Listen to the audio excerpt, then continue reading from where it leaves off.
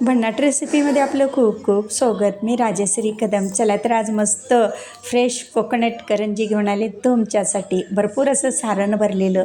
चला तर आता साहित्य पाहूया. 1 वाटी गव्हाचं पीठ, चवीपुरतं मीठ घालूया, अर्धा स्पून तूप घालूया आणि जर जास्तच तुम्हाला खुसखुशीत करंजी हवे असेल तर कडकडीत 4 स्पून तूप घालायचं पिठामध्ये, जे त्या छान असं खुसखुशीत होतात.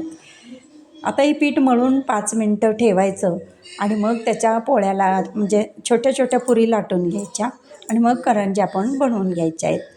आता थोडंसं तेल लावूया त्याला आणि हे बाजूला ठेवून देऊ. ही कणिक भिजते तोपर्यंत आपण त्याची सारणाची तयारी करूया.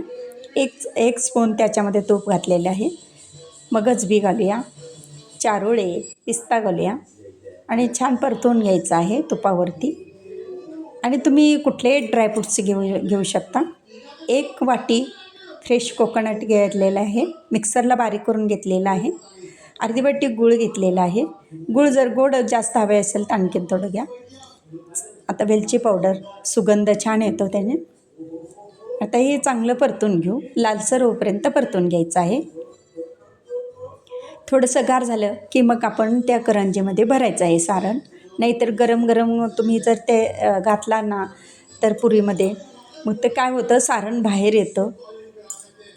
आता हे तेल तापतं येतोपर्यंत आपण हा गोळा लाटून घेऊ आणि छोट्या छोट्या पुऱ्या काढून घ्यायच्या. म्हणजे करंजी पण फार मोठ्या करणार नाही, ते अगदी छोट्या छोट्या करंज्या मी इथं बनवते. तर पुरीच्या आकाराच्या करंज्या करून येते.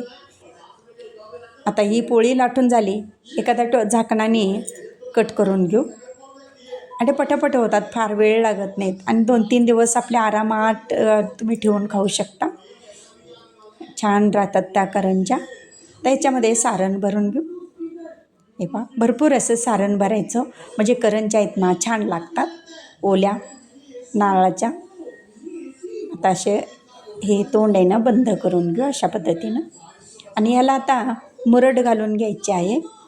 मुरड घातल्यामुळे करंजी दिसायला छान दिसते. तुम्ही कोरूनही घेऊ शकता. तर आता ह्याला मुरड घालूया आणि थोडंसं प्रॅक्टिस झाले की मुरड छान येते घालायला.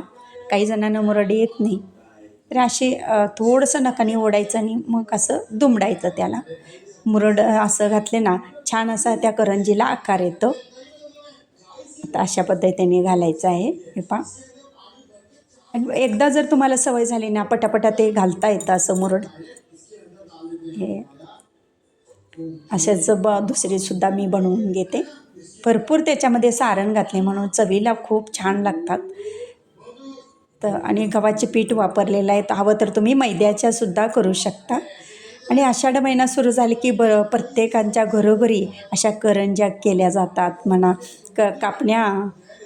तर आता हे मस्त मुरड घालून झालेले आहे. तेलही तापले, आता सोडूया त्या तेलामध्ये आणि मस्त ब्राऊन कलरच्या तळून घ्यायच्या आहेत. वरून क्रिस्पी, आतून सॉफ्ट. ह्या खायला खूप भारी लागतात करंजी. आता हे पहा, आता हे पलटी करून घेऊ. गरमागरम आपल्या करंज्या तयार होत आहेत तोपर्यंत तुमच्याशी गप्पा मारते. आणि रोज रोज काय करावं असा प्रश्न पडतो, नाश्त्याला म्हणा, जेवणाला म्हणा. तर अशा अधूनमधून जर करंजी वगैरे केली तर अधूनमधून मुलंसुद्धा हिंडत फिरत खातात. आता या दुसऱ्यासुद्धा घाना तळून घेऊ अशाच पद्धतीनं. आणि फार वेळ लागत नाही, घरच्या साहित्यामध्ये ही रेसिपी बनवून तयार होते. आता ही सुद्धा काढून घेऊ. भाजले गेलेले आहेत, मस्त कलर आलेला आहे. चला आता आपण मग प्लेटिंग करून घेऊ. गरमागरम करंजी जी तयार आहे, ओल्या खोबऱ्याची फ्रेश करंजी. माझी रेसिपी व पदार्थ आवडल्या चॅनलला सबस्क्राईब करा, बेल आयकॉन दाबा, लाईक करा, इतरांना शेअर करण्याचं विसरू नका, तसेच कमेंट करण्याचं विसरू नका. आपल्यासाठी अशीच नवनवीन पदार्थांनी. तोपर्यंत धन्यवाद.